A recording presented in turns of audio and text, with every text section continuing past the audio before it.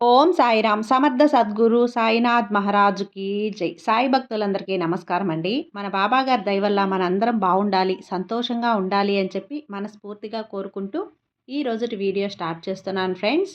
ఇక ఈరోజు వీడియోలో మనం చూడబోయేది ఏంటి అంటే, తల్లి, రేపు ఉదయం 9 గంటల లోపు జన్మలో నువ్వు కని విని ఎరుగునటువంటి శుభవార్త వింటావు. ఇది రేపే తెలుసుకొని తీరాలమ్మా, లేదంటే ఈ అదృష్టం మళ్ళీ నీకు జన్మలో దక్కదు, జాగ్రత్త అని చెప్పి బాబాగారైతే మన కోసం ఒక మంచి సందేశాన్ని తీసుకొచ్చేసారండి.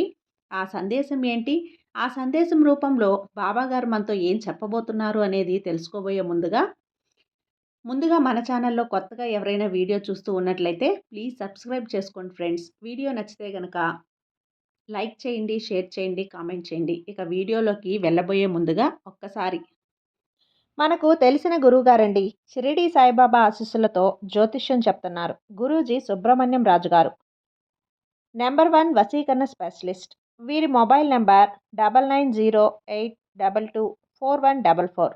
ఎలాంటి ప్రాబ్లం ఉన్నా సరే కేవలం ఫోన్ ద్వారా పూజలు చేసి పరిష్కరించేస్తారు. నేరుగా వెళ్లాల్సిన పని లేదు, పర్సనల్గా మీట్ అవ్వాల్సిన అవసరం కూడా లేదు. ఉన్న చోటనే కదలకుండా, మూడో కంటికి తెలియకుండా మీ మొండి సమస్యలను సైతం మీరు పరిష్కరించుకోవచ్చు.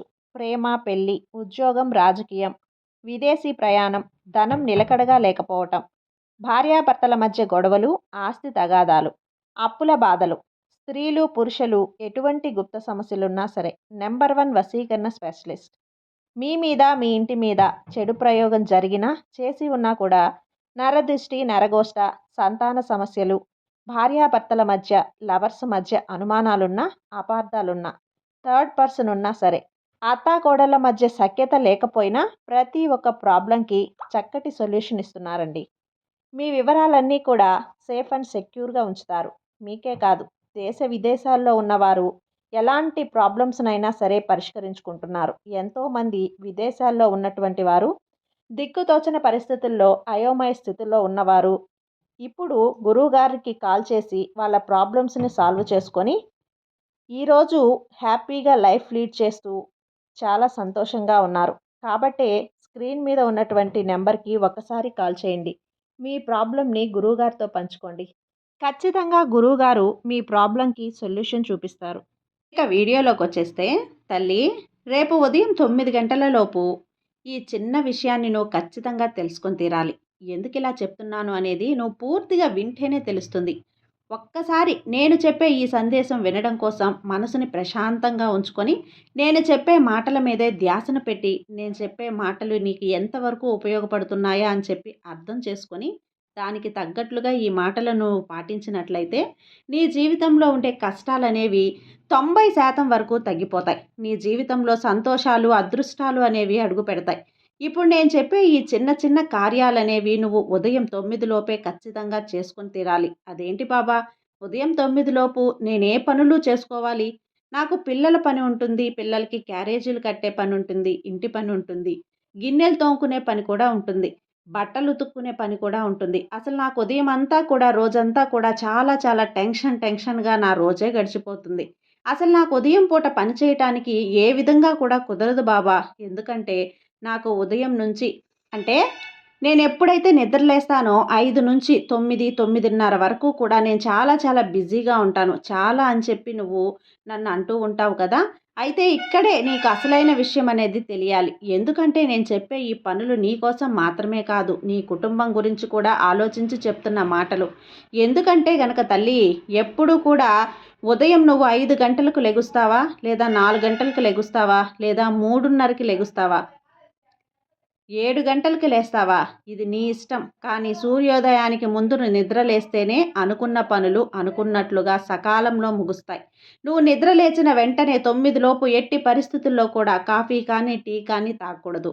ఎందుకంటే గనక ఇది నీ యొక్క ఆరోగ్యానికి సంబంధించిన విషయం. ఆరోగ్యమే మహాభాగ్యం. నువ్వు సంతోషంగా బతకాలి, నువ్వు కోరుకున్న కోరికలనేవి నెరవేర్చుకోవాలనుకుంటే మొదట నీకు ఆరోగ్యం అనేది సహకరించాలి. కాబట్టి ఉదయం 9 గంటల లోపు ఎట్టి పరిస్థితుల్లో కూడా కాఫీ కానీ, టీ కానీ తాగకూడదు. ఇది మొదటి విషయం. ఇక రెండవది ఏంటి అంటే, ఉదయం 9 గంటల లోపు నిన్నటి గురించి ఆలోచన ఏ విధంగానూ చేయకూడదు. నిన్న అలా గడిచింది, రేపు ఎలా గడవాలి, లేదా నాకు ఈ సమస్య ఉంది, లేదా నాకు వారికి అప్పుంది, లేదా నేను ఇది కొనుక్కోవాలి, లేదా నేను ఈ పని చెయ్యాలి, ఆ పని చెయ్యాలి అని చెప్పి టెన్షన్ పడడం, వెంటనే టిఫిన్ చేసేయాలి, వెంటనే వంట చేయాలి అని చెప్పి కంగారుగా మనసును ఉంచుకోవటం ఇలాంటివనేవి ఉదయం 9 గంటల లోపు చేయకూడదు. ఉదయం 9 గంటల లోపు అంటే 9 గంటల వరకు కూడా మనసుని ప్రశాంతంగా ఉంచుకోవాలి. దేని గురించి ఆలోచించకూడదు. ఏ బాధలు మనసులోకి రానివ్వకూడదు. దేని గురించి కూడా నువ్వు టెన్షన్ పడకూడదు. ఎందుకంటే ఈ ఉదయం 9 గంటల లోపు నువ్వు ఎంత ప్రశాంతంగా ఉంటావో, నీ రోజంతా కూడా అంతే ప్రశాంతంగా గడుస్తుంది. నువ్వు ఉదయం 9 గంటల లోపు చిరాకు పడుతూ ఉన్నావంటే, నీకు రోజంతా కూడా చిరాకుగానే ఉంటుంది. ఈ విషయాన్ని గుర్తుంచుకో. ఇక చాలామంది చేసే తప్పేంటి అంటే, పిల్లలు టైంకి నిద్ర లేవటం లేదని చెప్పి, పిల్లల్ని అరిచి తిట్టి నిద్ర లేపటం. స్నానానికి వెళ్ళండి, బ్రష్ చేయండి, టిఫిన్ చేయండి, రెడీ అవ్వండి, యూనిఫార్మ్ వేసుకోండి, సాక్సులు వేసుకోండి, షూ వేసుకోండి అని చెప్పి ఒకదాని తర్వాత ఒకటి పిల్లలకి చెప్పుకుంటూ సమయాన్నంతా కూడా మరవడం దీంతోనే గడిచిపోతూ ఉంటుంది. 9 గంటల వరకు కూడా పెద్దవాళ్ళకి. ఈ పొరపాటు ఇంతకుముందు నువ్వు చేస్తే సరే, కానీ ఈ వీడియో విన్న తర్వాత మాత్రం ఈ పొరపాటు చేయొద్దు. ఒకవేళ పిల్లలు వారి అంతట వారు లేవకుండా ఈ పనులన్నీ కూడా అంటే యూనిఫార్మ్ వేసుకోవటం, టై కట్టుకోవటం, బెల్ట్ కట్టుకోవటం, సాక్స్ వేసుకోవటం, షూ వేసుకోవటం, బాటిల్‌కి నీళ్లు పట్టుకోవటం, బస్సొస్తుందా లేదా, ఆటో వస్తుందా అని చెప్పి వారు టెన్షన్‌గా రెడీ అవ్వటం. ఇదంతా కూడా ఎట్టి పరిస్థితుల్లో కూడా వారంతట వారు తెలుసుకునే విధంగా చెయ్యాలి. ఒకవేళ పిల్లలు టైంకి నిద్ర లేవలేదు అంటే, నువ్వు ఆ రోజు నిద్ర లేపొద్దు. ఒకరోజు స్కూల్‌కి వెళ్ళకపోయినా పర్వాలేదు. 2 రోజులు వెళ్ళకపోయినా పర్వాలేదు. 3 రోజులు, 4 రోజులు సరే 5 రోజులు వెళ్ళకపోయినా పర్వాలేదు. ఎందుకంటే వారి యొక్క బాధ్యత వారికి తెలియాలి. పదే తెలియాలి కాబట్టి ఎట్టి పరిస్థితుల్లో కూడా వారి కోసం నువ్వు టెన్షన్ పడటం, పిల్లలు స్కూల్‌కి వెళ్ళేంత వరకు కూడా అరుస్తూ ఉండటం. ఇది మాత్రం సరైన పని కాదమ్మా. దీనివల్ల నీకు రోజంతా కూడా తలనొప్పొస్తుంది. రోజంతా మైండ్ అంతా స్ట్రెస్ అయిపోతుంది. ఇటు నీకు మనశ్శాంతి లేకుండా పోతుంది. దీనివల్ల వారి యొక్క ఆరోగ్యం కూడా దెబ్బతింటుంది. బీపీ అనేది కంట్రోల్ తప్పుతుంది. కాబట్టి ఇలా మాత్రం చెయ్యొద్దు. వారి పనులు చిన్నగా, నిదానంగా, ప్రశాంతంగా చేసుకునే అలవాటనేది పిల్లలకి చేసి చూపించాలి. నేర్పించాలి. నెమ్మదిగా చెప్పాలి. ఒకసారి పొరపాటు పడితే రెండోసారి మళ్ళీ తప్పును వారు అర్థం చేసుకొని ఆ పనిని చేసుకోగలుగుతారు. కానీ వారి కోసం మాత్రం టెన్షన్ పడొద్దు. ఇక తర్వాత ఆడవారి మీద అరవటం. ఆడవారు మగవారి మీద అరవటం. ఒకవేళ ఈ సమయానికి ఇల్లు ఊడవలేదంటే ఇంట్లో భర్తలు భార్యను తిట్టడం. ఒకవేళ భర్తలు ఈ సమయానికి వాటర్ క్యాన్ తేకపోతే, కూరగాయలు తేకపోతే, పాల ప్యాకెట్ తేకపోతే కానీ ఆడవారు మగవారిని తిట్టడం. ఇలా తిట్టుకోవడంలో మనసు ఎంతో గందరగోళానికి, టెన్షన్‌కి గురవుతుంది. ఒత్తిడి, ఒక రకమైన చిరాకుకు కూడా గురవుతుంది. కోపానికి గురవుతుంది. కాబట్టి ఎట్టి పరిస్థితుల్లో కూడా ఉదయం 9 గంటల్లోపు గొడవలు పడటం అనేది చేయకూడదు. వాళ్ళేమంటారు అనే ఒక టెన్షన్, ఒక భయం అనేది మనసులో ఉండకూడదు. దీనివల్ల అనేక రకాలైన సమస్యలొచ్చే అవకాశం అయితే ఉంటుంది. ఇప్పటి వరకు కూడా తల్లి న్యాయంగా చెప్పు. నువ్వు నిద్ర లేచిన దగ్గర నుంచి మనసులో పిల్లలకి స్కూల్‌కి ఆలస్యం అవుతుందనో, లేదో కాలేజీకి ఆలస్యం అవుతుందనో, లేదే భర్త అరుస్తాడనో టెన్షన్‌గా నీ రోజును స్టార్ట్ చేస్తున్నావా? అంటే ఆ ఆందోళనకరంగా నీ రోజును మొదలుపెడుతున్నావా? ఒకవేళ అలా మొదలుపెట్టినట్లయితే నువ్వు అవును బాబా అని చెప్పి కింద కామెంట్ సెక్షన్‌లో నువ్వు రాయటం మాత్రం మర్చిపోవద్దమ్మా. ఇలా చేయటం మొదట్లో బానే ఉంటుంది. 1 సంవత్సరం వరకు బానే ఉంటుంది. కానీ తర్వాత ఇది అనేక అనారోగ్య సమస్యలకు దారితీస్తుంది. అలాగే మొబైల్ చూడటం, ఉదయం 9 గంటల లోపు మొబైల్ చూడటం, లేదా టిఫిన్ చేస్తూ మొబైల్ చూడటం, టీవీ చూస్తూ తినటం ఇటువంటివి చేయకూడదు. నువ్వు తినే ఆహారం కూడా ఆరోగ్యకరమైన ఆహారం. ఇంట్లో చేసుకొని తినే ఆహారమై ఉండాలి.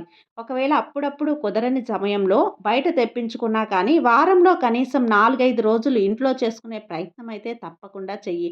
దీనివల్ల నీ ఆరోగ్యం అనేది చాలా వరకు బాగుపడుతుంది. మరి ఏ విధంగా ఈ ఆలోచనలు ఉదయం 9 గంటల లోపు చెయ్యాలి అంటే చక్కగా నిద్ర లేచిన తర్వాత నీ యొక్క పర్సనల్ పనులన్నీ కూడా చేసుకున్న తర్వాత ప్రశాంతంగా కాసేపు ధ్యానం చేసుకోవటం, లేదా ఇంట్లో కూరగాయలు కట్ చేయటమో, లేదంటే వంట చేయటమో ఇవన్నీ కూడా నీ మైండ్ సెట్ అనేది ప్రశాంతంగా ఉంచుకోవాలి.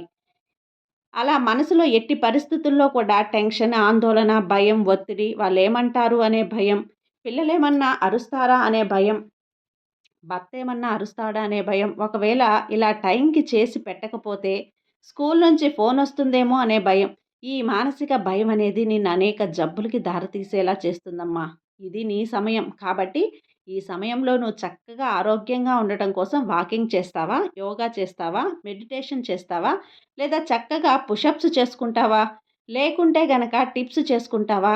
సైక్లింగ్ చేసుకుంటావా? ఇలా నీ ఆరోగ్యాన్ని మెరుగుపరచడం కోసం ఏవేవి చేసుకోవాలో అవి ఒక అరగంట సేపు చేసుకో. ఆ తర్వాత నిన్న జరిగిన తప్పులు ఏవైతే ఉన్నాయో అవి ఈరోజు జరగకుండా ఉండటం కోసం ఏ నియమాలు పాటించాలి అనేది తెలుసుకోవాలి. నిన్నటి మీద ఈరోజు కూడా ఎలా లైఫ్‌ని బెటర్‌గా చేసుకోవాలి అనేది ఆలోచించుకోవాలి. నిన్నటి కంటే ఈరోజు నువ్వు చేసే వృత్తిలో ఎక్కువ ఆదాయం రావటానికి ఏ పనులు చెయ్యాలా అని చెప్పి ఆలోచించుకోవాలి.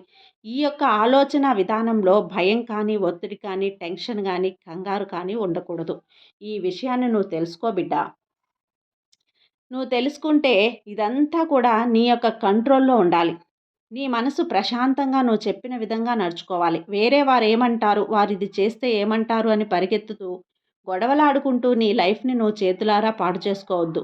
ఏదైనా కానీ సంతోషంగా ఉండాలన్నా, ప్రశాంతంగా ఉండాలన్నా నీ యొక్క ఆలోచన తత్వంలోనే ఉంటుంది. కాబట్టి మనసు నీ కంట్రోల్‌లో ఉండాలి తప్ప, నువ్వు నీ మనసు యొక్క కంట్రోల్‌లోకి వెళ్ళిపోకూడదు. ఆ మనసనేది చాలా సోమరితనంగా, చాలా భయాన్ని, ఆందోళనలను, ఒత్తిడిని తీసుకొచ్చే విధంగా, ఒకరి మాటకు భయపడే విధంగా ఉంటుందే తప్ప, నీకు నచ్చినట్లుగా ఆలోచించడం అనేది కాస్త తక్కువగా చేస్తుంది. కాబట్టి ఈ యొక్క మనసుని నీ కంట్రోల్‌లో ఉంచుకొని, ఉదయం 9 గంటల లోపు ఇవి గనక నువ్వు ఫాలో అయినట్లయితే నీ జీవితంలో ప్రతిరోజు కూడా ఆనందమయంగా ఉంటుంది. ప్రతిరోజు కూడా శుభవార్తలు వింటూనే ఉంటావు. ఎటువంటి అనర్థాలు, ఎటువంటి అశుభకరమైన మాటలు, ఎటువంటి ఆందోళనలు, ఎటువంటి టెన్షన్‌లు ఇవేవి కూడా లేకుండా ప్రతిరోజు కూడా ఆనందంగా మొదలవ్వటం వల్ల నీ జీవితం అంతా కూడా అదృష్టకరంగా మారుతుంది. అర్థమైంది కదా! కాబట్టి నువ్వు నీ బాబా చెప్పిన విధంగా చెయ్యి. నీ ఆరోగ్యం, నీ జీవితం అన్నీ కూడా చాలా సంతోషంగా, హ్యాపీగా, చాలా ప్రశాంతంగా ఉంటాయి. బాబా మీద నమ్మకంతో ఉండు. నీకంతా మంచే జరుగుతుంది. నీ సాయి నీకు తోడుండగా నీకు భయమెందుకమ్మా? సర్వే జన సుఖినో భవంతు. జై సాయిరాం.